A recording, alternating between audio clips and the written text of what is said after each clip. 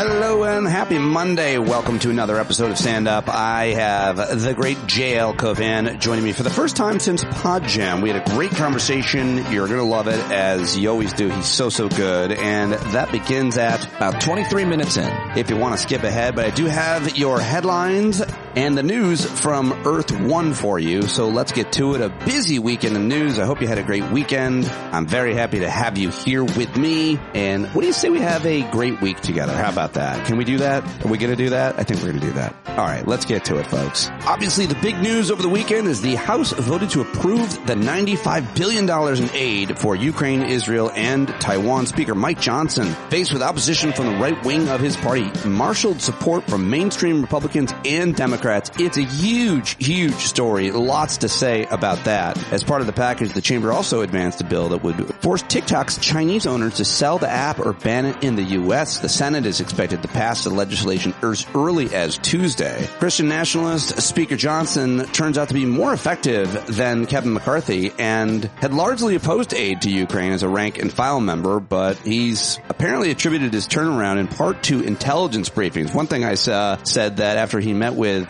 intelligence leadership in the government, he basically walked away thinking that the future of Western democracy was on his shoulders to get that passed. Will he lose his job as a result? That remains to be seen, but the vote was met with relief in Ukraine. Experts say could take weeks before U.S. assistance has a direct effect on the war. But it's such a big deal, huge news, and I'm really happy that it got done. Of course, more Democrats than Republicans voted to advance it, and it's a mess for Republicans in the House, or at least for Mike Johnson and leadership. And around the country, a lot of Republicans, MAGA conservatives, don't like helping Ukraine because they are in large part supportive of Russia and want to have nothing to do with Ukraine. And another huge story over the weekend, workers at a Volkswagen plant in Tennessee voted overwhelmingly to join the United Automobile Workers Union, the UAW. Despite decades-long hostility in the South to organized labor, this is, I think, is a huge deal. I'm not sure if I'm missing something, but this seems to be a break in the dam against organized labor, and I was really happy to see that as well. Over 4,000 Volkswagen workers in Tennessee just joined the UAW. I never thought I'd say that. A landslide vote. They're the first American workers to win a union at a non-union car company in decades. The historic victory will change the auto industry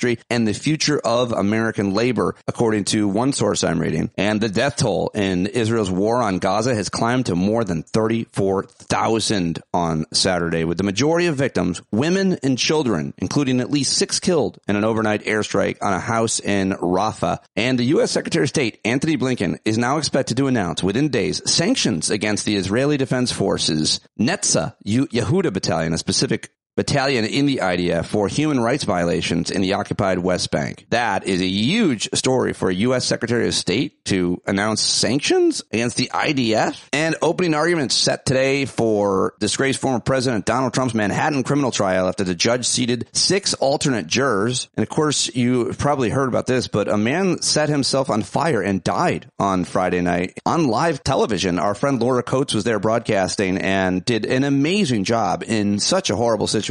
I talked to her over the weekend. She's obviously struggling with it, but she has seen a lot in her life and career at DOJ when she worked in Civil Rights Division. She saw all kinds of sexual abuse against children. She's a tough woman, as tough as they come, but still, that is just an absolutely horrific thing. Apparently, the guy was some kind of crazy conspiracy theorist. He was the only one injured when he killed himself.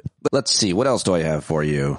I should have probably mentioned that it's Earth Day. Do you care about that? Hopefully you do. Every day is Earth Day here on Stand Up. You know, environmental issues are near and dear to my heart. I think about it every day, trying to be the change that I want to see in the world. Environmental activist, speaking of which, who once worked for RFK Jr., Robert F. Kennedy Jr., once a staunch environmentalist, urged him to end his independent presidential campaign, warning that it would help re-elect Trump. I was happy to see that news. More on Earth Day every day here on Stand Up. The University of Southern California said it would have no outside speakers at graduation this year after its decision to cancel its Muslim valedictorian's speech stirred controversy. And all hell has broken loose on the campus of Columbia University. Headlines like Columbia University faces full-blown crisis as rabbi calls for Jewish students to, quote, return home. Columbia University protests draw bipartisan rebukes from Washington. Another headline. Incendiary pro-Palestinian demonstrations at Columbia University are drawing backlash from members of Congress lawmakers and the White House over allegations of anti-Semitic incidents. Columbia is the latest institution on Congress's radar for the treatment of anti-Semitism after Harvard, MIT, and University of Pennsylvania all came under intense scrutiny from lawmakers last year. And this is part of the playbook for the far-right, reactionary, white supremacist assholes. I mean, we've seen this time and time again now. Little bit of background. The university president, Minouche Shafik, and other university leaders testified to the House Education and Workforce Committee last week over the campus climate and anti-Semitism since the start of the Israel-Hamas war. The president of Columbia has repeatedly said the safety of our community is our number one priority. Columbia students have the right to protest, but they are not allowed to disrupt campus life or harass and intimidate fellow students and members of our community. We are acting on concerns we are hearing from our Jewish students and are providing additional support and resources to ensure that our community remains safe. Jewish Voice for Peace, a pro-Palestinian group whose Columbia chapter is involved in the protest, called the White House's statement on it deeply disturbing in a post on Twitter, saying it pits calls for Palestinian freedom against Jewish safety. And New York City police arrested more than 100 students on Thursday and another 3 on Saturday in connection with protests on Columbia's campus. Honestly, I really don't understand what's happening. I haven't gotten that read in. I'm going to, and I'll talk with somebody about it. But if you're paying attention to that issue and have any thoughts on it, I would certainly love to hear from you. And finally, the Biden administration, speaking of Earth Day, banned oil drilling on 13 million acres of Alaskan wilderness. That is huge news and a major triumph for the planet and the country. Thank you, Joe Biden and Democrats, for getting it done. All right, what else can I tell you? The London Marathon is taking place today. Anybody running that? Passover begins tonight, Jewish holidays, the biggest of the year. The Supreme Court will hear arguments on Wednesday over Idaho's abortion ban, and they will also hear arguments on Thursday over whether Trump has presidential immunity over his conduct surrounding the Capitol attack on January 6th. I'll talk with Eric Siegel about that this week, and also the NFL draft begins on Thursday, if that's something you're paying attention to. The NBA playoffs are going on. I watched a little bit of that over the weekend. I hope you had a good weekend, no matter what you did. Those are your headlines from the weekend, and now I've got some audio as well. How about it?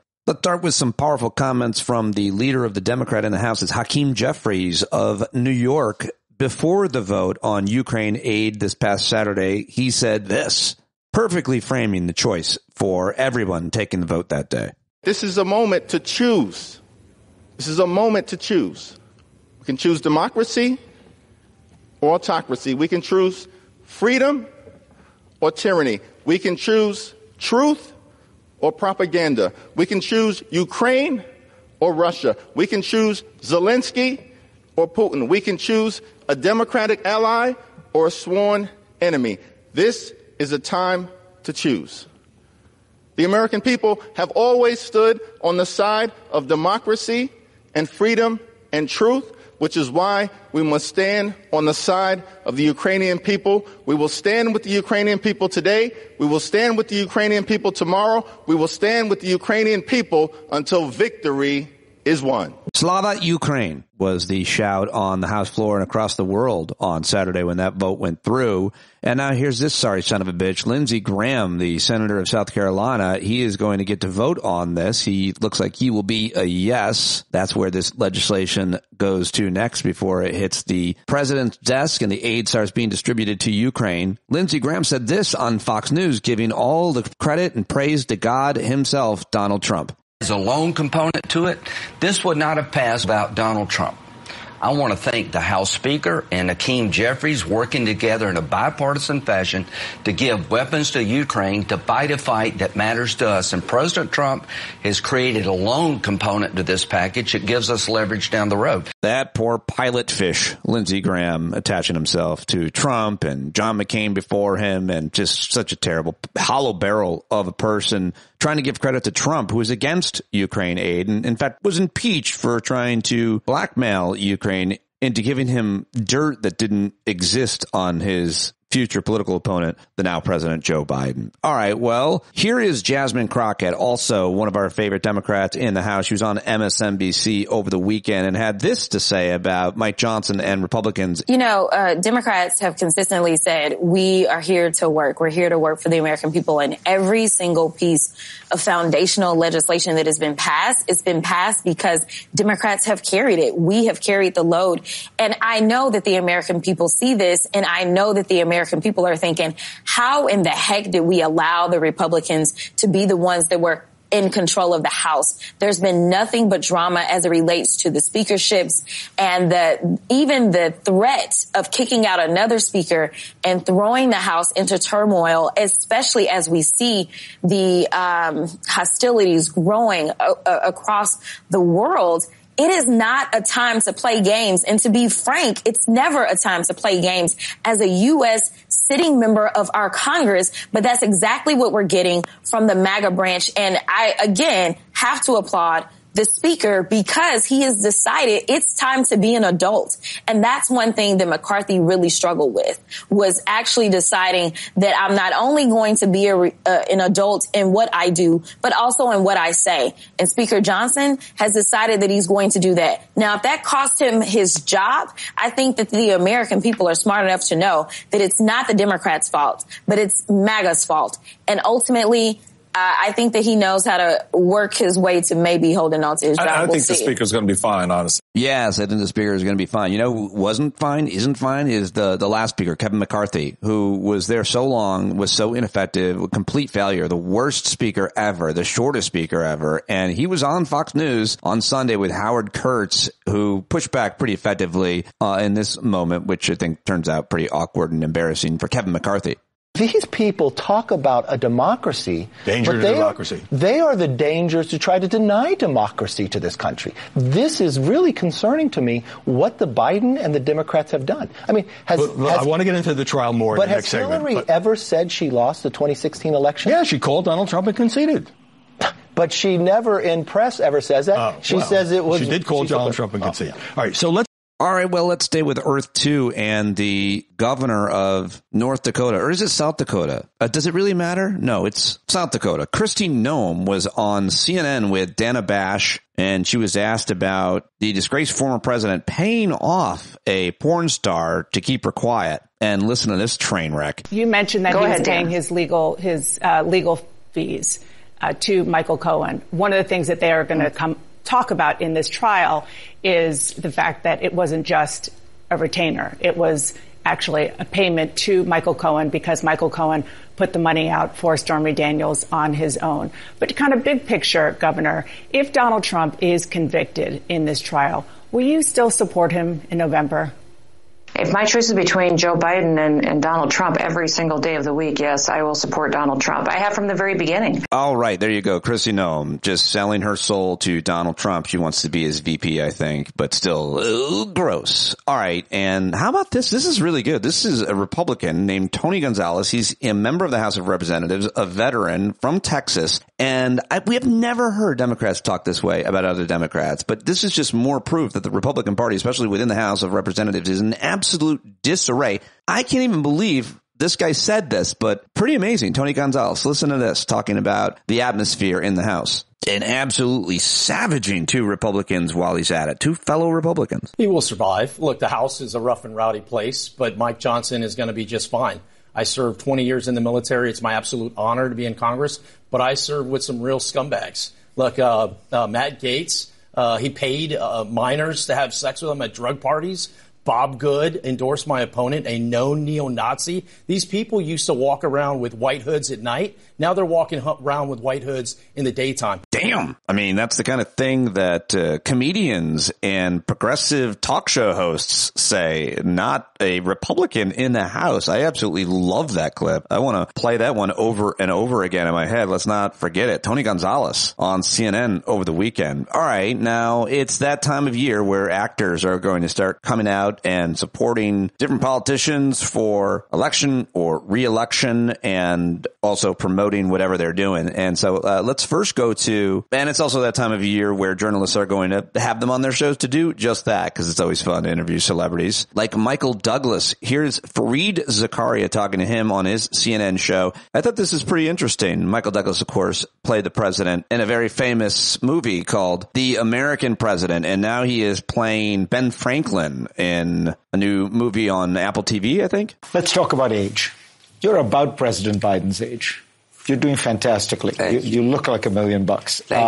Why don't you run for president? I did the movie once, but I knew Did it ever tempt you? Well, I knew I had the ending. It's a little difference when you have the ending. They asked me to run for governor a couple of times in California earlier time. And I remember saying, well, why do you want me? He said, well, we need a man who can finance his own campaign. I said, yeah, who has a credibility, notoriety, who is well known around everything. And I remember saying, you sure you're not looking for a kamikaze pilot? I said, I don't think so. Are you one of those people who wished he had bowed out, let the field choose somebody else? How do you think about that? Well, I think that I walk a little similar to him. And the people that I've talked to and everybody that I have say he's as sharp as a tack. He's fine. We all have an issue with memories. As we get older, we forget names, something. He's overcome a stutter in his life, and sometimes he might. But let's just say that his entire cabinet, including his vice president, everybody in his cabinet, would be more than happy to work with him again in the next term. I cannot say that about the other candidate running, because nobody in his cabinet from 2016 wants to be involved with him. Really good points by Michael Douglas, who is a very talented actor, and I once dated his brother Eric. To be fair to me, I didn't know I was on a date. If you hadn't heard the story, ask me sometime. All right, and I love this from John Legend. He sat down with Jen Psaki on MSNBC. John Legend, singer, songwriter, actor, of course, and a big activist, progressive activist. 2 clips for you from John Legend. This first one's pretty good, but stay for the next one. Really good. I know you were active on the campaign trail in 2020. You have a lot on your plate. Are you going to be out there campaigning for Joe Biden this fall? Yeah, we'll get out there probably later in the year as it gets close to people making decisions about when it's time to vote. I think the choice is very clear. There's a lot been said about age and all these other things. Both of them are old, but one of them is a really decent man who's done a lot to improve lives in this country, and that's Joe Biden. That's who I'm going to be voting for, and I'll be out there supporting him. Oh, but this is where it gets good. Here's more from John Legend on MSNBC yesterday. When we protested the killing of George Floyd, he was advocating for the military to shoot us in the streets. He's made it clear throughout his life that he believes black people are inferior. Like he believes that to his core, in his bones. He wouldn't let us live in his buildings back in the day. But also, when you hear some of the stray comments he makes, he clearly believes in a genetic hierarchy of humanity and is racially determined. So he is a tried and true, dyed-in-the-wool racist. In the core of his being, he's a racist. So I don't want to hear what he has to say about what he's done for black people. He's done very little for us. And he is, at his core, truly, truly a racist. And you even hear what he says about immigration and which countries he wants people to come in from. They all are very white. That is true. That's something pretty universal about them. All right, there you go. John Legend on MSNBC. And that is all the news clips I've got for you. Now it's time to get to my guest, JL Cauvin, who is one of our favorites, really good friend of mine, hilarious stand-up comedian, the best impressionists in the world, in my opinion. So good. And he's got his new special, his new stand-up special, which I actually warmed up the audience for. It's called Half Blackface. Very, very funny. And now it's streaming on Amazon. That's where he wants you to go. Watch Half Blackface right now on Amazon Prime for free. Of course, subscribe to his YouTube page, follow him on all the social medias, Instagram, TikTok, Twitter, and you can see him live. Go to JL Cauvin for his dates, jlcauvin.com for his dates, and absolutely listen to his podcast. It's so good. There's very few people that I can talk to or listen to talk as long as I can JL Cauvin. He certainly is one of the best, and he's got a great producer, Mike, who helps him talk through the issues. It's really funny and smart, and I absolutely love it. It's called Rain on Your Parade. Go subscribe to it. You won't be sorry. All right, JL Cauvin, watch his special, tweet him, say hello to him. You know he needs and loves your love. First time we talked since Pod Jam in Vegas, where he absolutely tore the house down with his taping of Making Podcasts Great Again, where he played Trump in full costume. Oh, so good. All right, here's a quick clip from his new special, Half Blackface, on Amazon Prime. My parents fought a lot growing up, like a lot. Like it was sort of like a rough draft of a Quentin Tarantino script. And they were always at odds, except when it came to discipline. They seem to find common cause. If JL didn't make his bed or eat his vegetables, all of a sudden it became Remember the Titans. But seeing them fight, and I always get a kick out of people who are like, I'm a child of divorce. Child of divorce. I'm like, I'm a child of marriage. What makes you think yours is the default bad one? Sometimes divorce is the answer. It's always, I'm a divorce, I can't do it. Well, I think that would, divorce is not always the worst thing. And now here is one of his most recent clips playing Trump addressing the rumor that he was farting in court. So we're relaxing back at Trump Tower tonight after another disgraceful day in court as they try to destroy your president. And now there's this awful, disgusting rumor going around that your president farted. They're saying fart. Can you believe that? No, I don't fart. I actually have tremendous control. I actually went to a gastro guy, and he looked up my ass and said, sir, I don't think I've ever seen a greater ass than this. And I said, well, you should check out Ivanka. That's pretty good, too. We paid a lot of money for that, a lot of upgrades. But he said, sir, I don't even have to give you a colon powelloscopy because I can tell you're perfect and you have no problems down there. And then I realized what may have happened. The deep state, while they were tapping my phones, and you remember this, Pfizer, remember Pfizer? And Obama, no, they don't want to talk about that. But somebody came into my home and put beans on my fish fillet sandwiches, which would explain why there might have been some issues. But no, I didn't fart. It might have been just we call it a powerful pre-poop, okay? Which is actually very respectful. Would you rather have me take a big dump in the court like Rudy Giuliani? No. So now the left wants to attack me for having strong manners. They're called manners. But next time, no, I'm not going to show them any respect next time. So when this trial starts, during the racist prosecutor's opening statement, I'm actually going to take a huge presidential shit right at the defense table. And then, because the left loves evolution, right? Oh, no, it's not creationism, it's evolution. No, as a Christian who never goes to church, I know it's called creationism. But if I like evolution so much, I'm going to pull the poop out of my strong presidential underwear. Not it depends.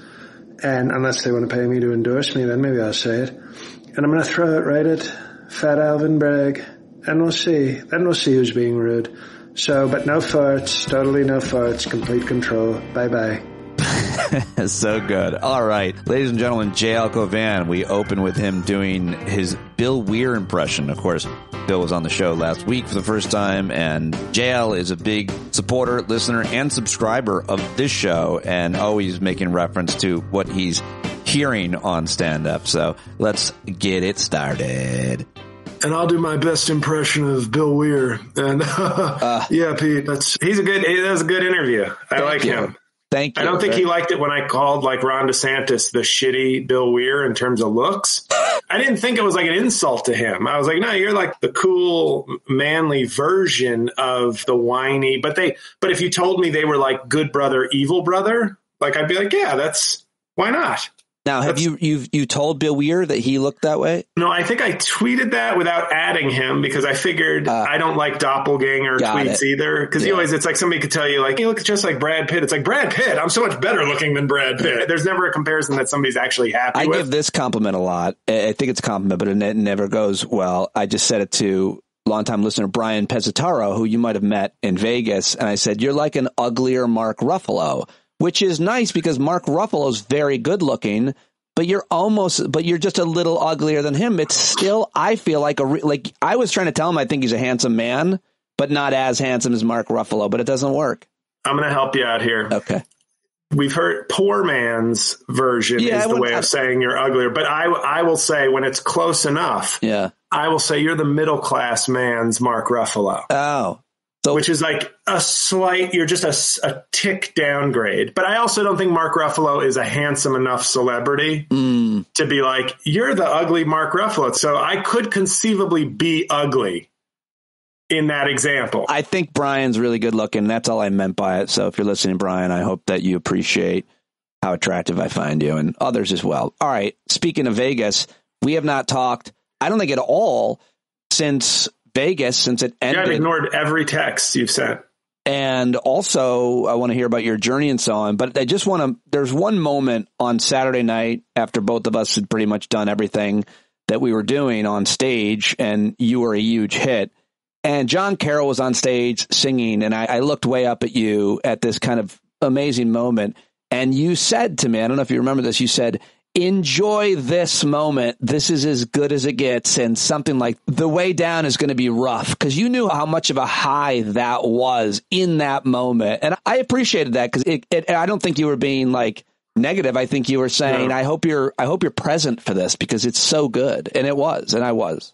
And I could see, to be honest, I have found this a lot in my comedy career, and I've had many highs, but I've never had an event that felt like a wedding, a memorial service, and an honorary Oscar at the same time as what was going on for you in Vegas. Yeah. And I could see you're a loquacious guy, you're a charismatic guy, you're an energetic guy, but you had the look of somebody who was almost dumbfounded. And I don't mean that in a bad way, but hit with all this. And I thought, oh man, like this is good. This has the potential to emotionally overwhelm somebody. And the pandemic taught me a lot about how high I could get emotionally from comedy, and then how I could dip very low almost as a counterbalance to that.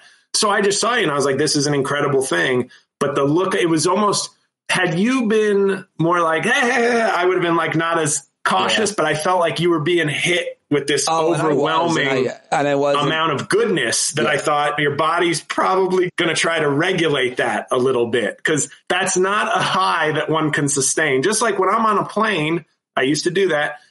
I was once on a flight to Chicago that was turbulent for 2 hours, the entire flight. And we got on and the pilot said, hey, we're going to want most of you just to stay buckled up for this flight because it's probably going to be just bumpy the whole way through. About halfway through the flight, I regulated and was no longer nervous, because your body cannot sustain, I'm going to die, I'm going to die, I'm going to die for 2 straight hours. Right. It's just as I was discussing teeth as a failure of intelligent design, our system of fucking hormones, chemicals, and all that is an incredible example of, if one wants to believe in intelligence, of wow, look at it regulating me against like my worst impulses. Or your best, because you're saying just the emotional spectrum, and I was so high, and how long could I sustain that? And I was high, and it wasn't even my memorial service, wedding / honorary Oscar night. Mark Twain Award. You were, yeah, I could sense that too. It didn't hurt that you had what you would say, apparently, because I listened to your show and read your blog. One of the, if not the best performances as Trump in the live taping. The best. It was the best. Oh, God, it was. You had a lot of things get lost in audio. I'll say that, because there were so many things that you did in character there. But I just wanted to just put a button on that, which is to say, first of all, thank you so much for coming. It was such a big deal to have you there. You absolutely delivered and exceeded expectations. And yes, I was, as you said, overwhelmed with positive energy. I still don't quite know how to comprehend it. I just know it happened in real life, and I'm so proud of it. And I hope to build on it and keep going, because connecting all these people and building the community has been the most surprising and satisfying achievement of my career. And I will just two other things I'd like to say. My favorite line of my own was when I said, you don't see me calling Joe Biden, my son is dead Joe. See, because I have class, I don't use that as a nickname. That was one of those lines that really shocked and got laughs, which is my favorite kind of laugh. The laugh that you have to surrender your better judgment because it's so funny. Yes, you do a lot of that. Ophira and Christian were so good. I was present for both of their kind of recordings, but their stand-up was so good. And I knew Ophira would be good but Ophira, what I loved about her is she's such a crisp, like almost, I would say, late night television ready, but not hacky, not cheesy. It's just very, and then Christian was like, said on your podcast, like a month before the show. And that's basically why I'm like semi-retired from stand up anyway. And I was like, all right, maybe Finnegan will like not suck, but, and he was murdering. Yeah. And it was just, it was just the whole thing. Gareth Severs' song, which is Bob Dylan's Hurricane ×3 in both quality and length. Yeah. Incredible. Yeah. It was all incredible. Yeah. And it's one of those things where it takes, this is a compliment, obviously, to I hate to use the word that you and Bill Weir, by the way, use too much, community. But what you've built, I think, speaks so well of what you've put together that your fan base can partially sustain tangential members like me and you. Like, they can be your like fan base, but they have such generosity and such depth of quality that like I can benefit directly from just like a slice. Now, I'd like it to be a larger slice. And by the way, my new special, Half Blackface, is now available streaming free on Amazon Prime. Wouldn't we all like a larger slice? But I am so happy that you get a slice and that you have benefited from it. Certainly we have, and I'm so glad that you're here to talk to me today. I've been listening, as always, a huge fan of your podcast, Rain on Your Parade. Your producer, Mike, is brilliant. It's the best work I think you've done outside of everything else that you've done. You continue to take on almost every episode some really important issues that you've done your research on, and I just love the way that you talk about them and the way that you do it in an educated and hilarious way. Just recently, you're talking about like elder care, and you're doing probably my favorite episode of the show. Really interesting, because you're both drawing from your own personal experience with your parents and, of course, this New York Times deep dive into the issue. And it's an issue I have avoided talking about here on the podcast with experts. And I don't know why. I really don't know why. Partially because my parents haven't had to enter that phase, even though my dad turns 80 this year and certainly have had his health issues. They're living at home and doing great. I'm so fortunate for that reason. So it's selfish in a way. But most listeners and most Americans, whether they be of a certain age or not, have some personal experience with it. And our country is terrible about it for a lot of reasons. And I thought maybe we could just give me a preview. People should go listen to that longer conversation. But why that issue now outside of the New York Times article? And what do you think is most important? Maybe one thing about it. I think what I thought, and I compared it, there was a great book. It won the Pulitzer a couple of years ago called Invisible Child. And it was a story, and I bring this up because in her afterword or epilogue of the book, she said, why did I take on this subject? The book was basically about a young girl living in subsidized housing in Brooklyn, living in poverty. She followed her for many years. And she said, because I was tired of Republicans always saying they lean on personal responsibility, the decisions you've made when they condemn giving benefits to adults. They love to say personal responsibility, et cetera, et cetera. But even they have to at least rhetorically acknowledge children, like a 9-year-old who's in poverty. We all agree they didn't choose that. They're not responsible for their circumstances. We should help them. And I brought that up, I think, on the elder care episode to say there is a party in this country that does not want to do anything and will find any excuse, any sort of libertarian philosophy to say why we shouldn't help somebody. Yeah. And to me, this author made me think, you look at Joe Manchin, he voted down the extension of the child care benefit, the child tax credits that cut childhood poverty by 33%. A policy that was wildly effective. And as you just said, I think. Yes. Poverty. Thank you, Joe Biden. Once again, thank you, Joe Biden. And that was a bill that had 48 or 49 Democrats voting for it, 50 Republicans voting against it. One Democrat or two. I think it may have just been one. It might have just been Manchin, because he used the 80s trope of, I'm afraid these families will use it for drugs and irresponsible things. By the way, just not a radical idea at all. Every other country in the world does it much better. Go ahead. And the fact is, you have evidence that it actually worked. That's what's so bizarre. You have direct, clear, recent evidence that it worked, but you want to lean on those old tropes of, and regardless of the stats, we all know what's meant when conservatives, whether they be conservative Democrats like Manchin or Republicans, say they're going to use it for drugs. You're not thinking of, even Joe Manchin is probably not thinking of some white opioid addicted coal miner. he's thinking of somebody not in his state who's doing things very shamelessly with the government's money.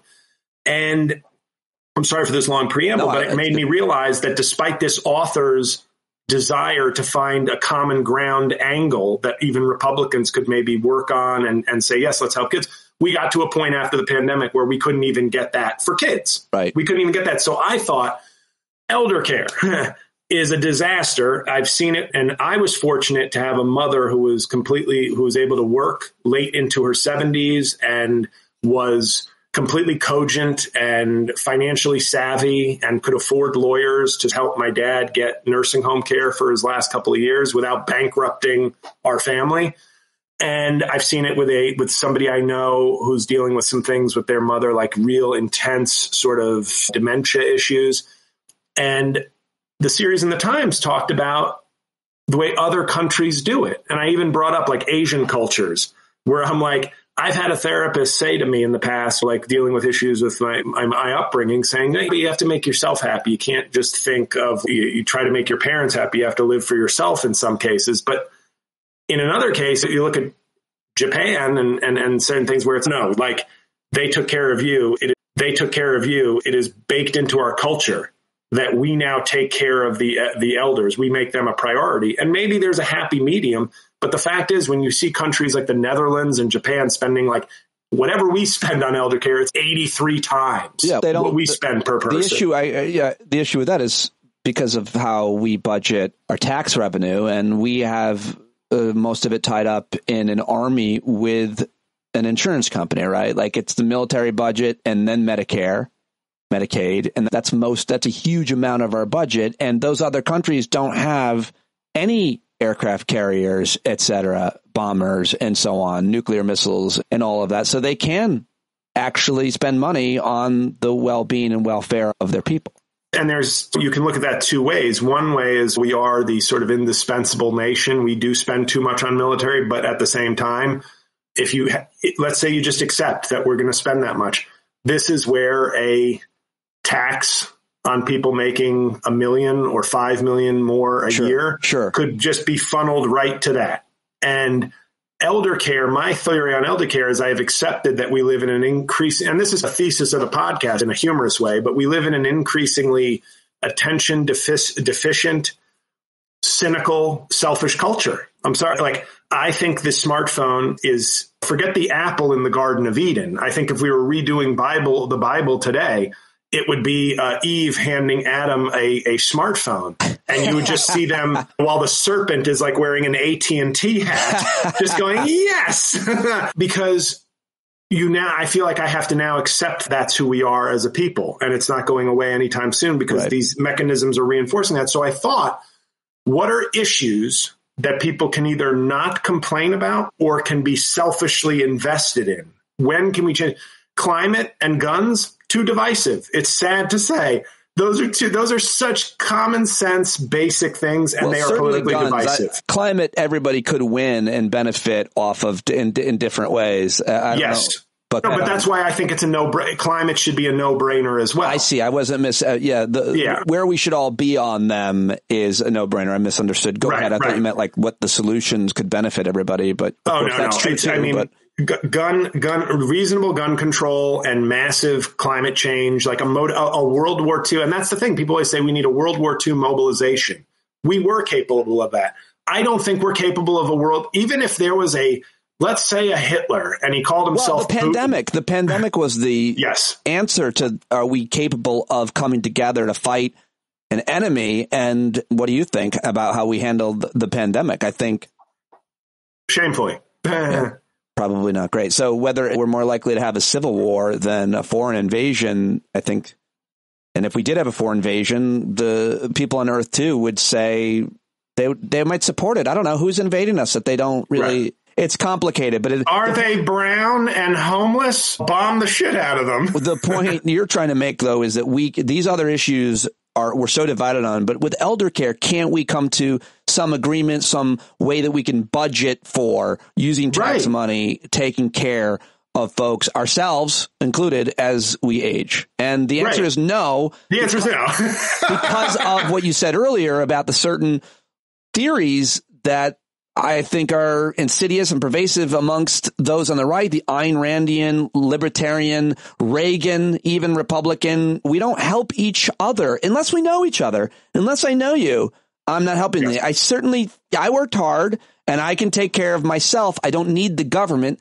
to take care of me. And as I listen to your podcast, I just wanted to say, I want to jump in and yell that. How do you ever overcome the ideology that is so pervasive on the right and even in the middle, maybe even with liberals, this kind of libertarian, I take care of myself, live free or die. I think what you have to do is you have to pitch it with like homeless, I hate to say, homeless veterans. You have to find like an undeniable test cases or cases to highlight, whether they be veterans in a nursing home or first responders in a nursing home who can no longer afford their care. You need to highlight those things the same way when a Democrat, like a Ruben Gallego or Gallegos? That's the first one, no S. Yeah. The way he is a fairly left-wing Democrat, but he's a Marine. And that Democrats always know that when you're going in a purple state, you always want some credentials that appeal to the right wing. So to me, all government jobs, they hate everything you mentioned is a government job, by the way, and they hate the government and the benefits, just to the point you're making.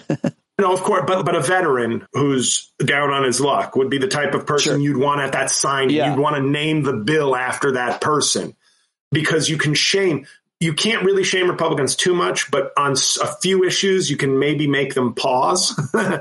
And elder care to me is one of those things where if we're lucky, we're all going to get old.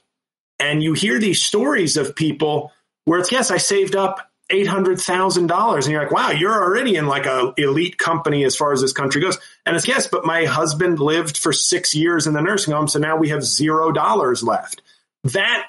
I've often said this about my mom, and I want to put it in a book one day. But I said the thing about my mom is she is proof that if you work hard enough, you can achieve the American dream, if not for yourself, for your kids. But my mom is a very angry, somewhat sad, somewhat bitter person. And I completely understand it from her life experience.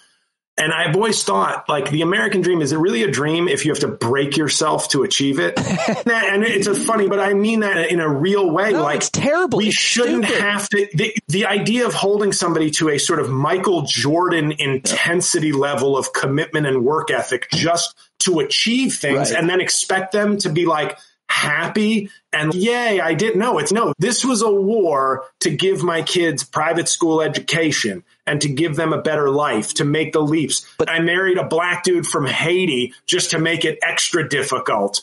And you sort of like, we have to come to some sort of understanding, like hard work, yes. Back-breaking, kill yourself work just to get ahead. Where is that a dream? Well, I feel like an American dream. What's missing in the analysis here is the way that happiness is measured and health is measured. And they do have these metrics in these different organizations even, and you see these surveys come out every year, the happiest people in the world live in these countries. And generally speaking, those countries have certain levels of safety and security. And I think that how you measure happiness is the question, is the issue. And if you live in a country or society where if you lose your job, you lose your health insurance, you're never happy. Because even if you have a great job like I did, and I was really happy, I had work-life balance, living my dream, it was always on my mind that when I lost that job, Val didn't have a government job, didn't have an insurance policy, my family would lose health insurance. And so I would rather have a smaller house and less stuff and blah, blah, blah, but have the security of knowing that if, and it happened, I lost my health insurance and my daughter got diagnosed with scoliosis and now she needs tens of thousands of dollars of care and therapy and a $3,000 brace. And now I don't have health insurance. That would have made me feel happier. And so all of those countries that have just starting with that health insurance, much less a lack of the gun violence and all this stuff. I think we measure happiness so much in our material wealth and our egos and what we have and who we are in America. And that's, of course, a ridiculous fool's errand. Who told us to do that? What society? What philosophy? And some of those countries, though, that you mentioned that are always at the top of those lists are relatively homogenous populations, right? Like the Scandinavian countries. And I think I'm not saying that if they had a more multicultural society, they'd be less happy. In our country, that provides an extra opportunity for exploitation and division. No doubt. So like Republicans, and that's the history of this country, is you have pre-Jim Crow level shit where it's white landowners are realizing the workers are starting to realize they have things in common. How can we divide the workers in ways that benefit us? Oh, we'll tell the white workers, you're with us, and they are the problem. And you don't have to. You could dig into any Republican policy today, and they're still screwing their own white voters today. And the other you had mentioned, it made me think of the lack of empathy. It's always unless I know the person in terms of the Republican policies. That's always my theory. Yeah. Dick Cheney, gay daughter. All of a sudden, you go from being on the ticket that was promising a constitutional amendment to ban gay marriage to I embrace my gay daughter. Why can't you, and I think I said this on the elder care episode, not to make myself sound good, I often find that when I'm in my lowest points mentally, I feel like an extra impulse to try and be better or do something good. Because it's okay, if I can't have a thing I want or I'm not happy with where I'm at, maybe I can help someone else or do something good or write a check to a charity. Like it's a weird kind of thing I do. I wish I could just do that when I'm completely happy. But I think I said that people can I look at my brother. This is all in the, it's a couple of weeks ago, but anybody who's listening to this, if you're not a regular listener of Rain on Your Parade, it's an episode from, I think, 2 weeks ago. But I thought of my brother, whose oldest son is autistic in terms of will probably can communicate, can do activities, but will probably, fingers crossed, but will probably never have a job. He'll probably never be able to work in terms of being able to fully function in that way. Maybe I'm wrong, but my brother and his wife are two very educated, very successful people. And it took all of their talent, effort, and a lot of their money to get him in a great facility and a place where he can grow and see it in his interactions, his social skills. Like it takes a lot of work and a lot of money and a lot of effort. And I don't think to myself when I see that, I'm not saying this because I'm a better person, but I don't look at that and go, good thing my brother and his wife work hard because wouldn't have that been shitty if they didn't. I think, my God, what if somebody who makes $25,000 a year has a severely autistic child? Or somebody who makes $70,000 a year? Or anybody without massive resources, because it is incredibly taxing on people with resources. Oh, we have several listeners who are in exactly that situation with nonverbal autistic kids, live in Texas. And there is no Medicaid expansion even in that country. Right. And if you, in that state, country. Not country. I like that Freudian slip, in that country. And by the way, in a place like that, America, if you need a certain amount of money, thousands of dollars just to care for your kid every month, you can't then go get a job because you're never going to make as much money as you need to take care of the child. It makes zero sense to go get a full-time 40-hour a week because you're just spending all that money on care for your child in a state like that one, especially. And in most states, to a certain extent, you might run up against that. So we see your point. It is. And states that are now encouraging and doing everything they can to force birth on families and women. Meaning if that child is clearly Down syndrome or has other special needs that the healthcare system is going to be on the hook for, we're not going to fund that. That's what you're saying?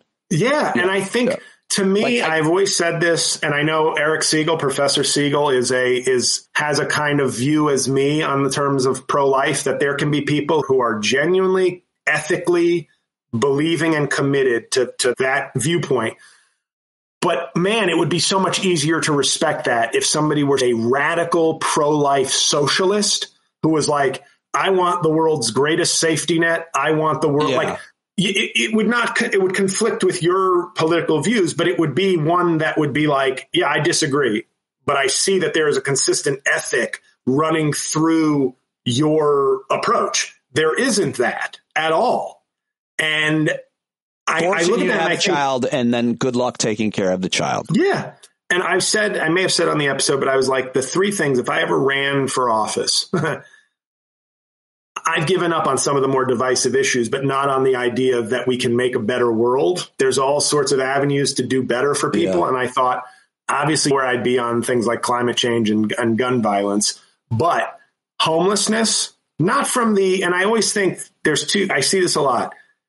There's the people who pity the homeless, and there's the people who are annoyed by the homeless. And I'm here for the people who pity the homeless and want a solution for that reason, while acknowledging that sometimes a guy aggressively talking to himself in Penn Station is very uncomfortable.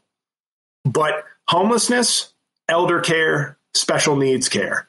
And that would be the center of my platform. And I would dare somebody to say, we can't afford that. You can't afford to take care of our greatest generation, of our parents. We can't afford to help the homeless. We can't, and homeless children. They put the homeless children maybe at the forefront of that once again to make it at least rhetorically unassailable. And special needs kids, I can speak from tangential experience on this and how we live in a society where Republicans are saying, have that baby, and they don't give a flying fuck what care and what needs those babies have. Right. And sometimes those can be pretty extreme needs. And that would be a sort of platform where I'm going, yeah, I'm going to run on that. Yeah. I think you should run JL for president. You do a pretty good impression of all of them. If you saw my weight on a scale, you would not encourage me to run anywhere. Okay, let's do a lightning round of questions on current event stuff. So keep your answers somewhat brief so I can get through some of these. Yes. The Rock versus Alan Rickson. The Rock, of course, said he doesn't want to pick between Trump and Biden on Fox News. And, of course, he's out there promoting his appearance back in wrestling. And Alan Ritchson, if I'm saying his name, is also a big, strong guy who plays Jack Reacher. He's also a devout Christian, but he sounds like one. He sounds like a consistent person who wants to take care of people. He says that Trump is a terrible person and a rapist, and how could you be a Christian and a supporter of his? So two muscle-bound actors with different takes. One is very famous and has nothing to lose. The other guy is still probably working his way up. Are you following this story? And what do you think of these two strong, famous actors and their politics, especially the Alan Rickson and his Christianity? Because I like that. I'll keep it brief, but I feel like Mike Pence would love this discussion about two broad-shouldered, strong men. The Rock, I understand from a business perspective what he's doing. I think it's flawed, but I think he is trying to he is a brand manager of himself. Whereas Alan Rickson, I forget, Jack Reacher. I just call him Jack Reacher. I think what's interesting is that his core base, because of Jack Reacher, probably has a lot of MAGA men. Sure. So he's not afraid. I think he would probably embody that quote, what good is it to gain the whole world and lose your soul? I don't think he looks at it and says, probably, come on. He probably is in a position where I already have a lot of money. I have a wife of 20 years who is my rock and loves me.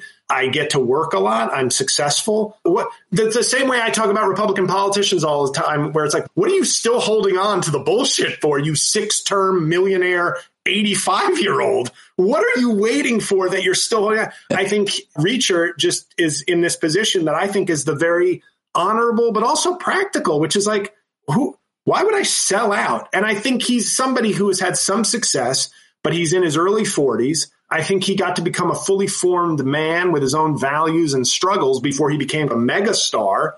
And I think that helps you maintain your sense of right and wrong, as opposed to if he had become a global superstar at 19, he might be a different sort of person that might have corrupted him. So I'm absolutely with him. I understand why The Rock is doing this. I definitely disagree. You understand. I get why he's doing it. I just wouldn't choose as somebody worth probably $500 million.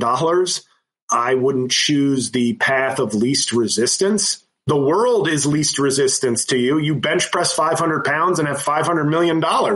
What could possibly impede your life at this point in any way? By the way, other than wanting $600 million.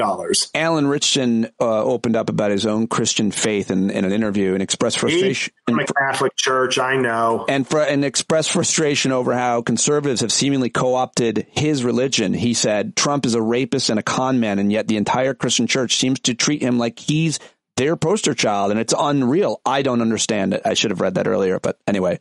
That's what Alan Ritchson was quoted, and that really His mom is still a devout Catholic, which gives me hope that if we're ever on set together, he won't shun me for being Catholic. He'll be like, well, my mom still is down with that cult. I think he'll identify with you. All right, a moment of virtue for me, and hoping that I get some kind of award from you and your ilk. On the way back from Vegas, I was traveling with the entire UNLV basketball team, whose average height was 6'5".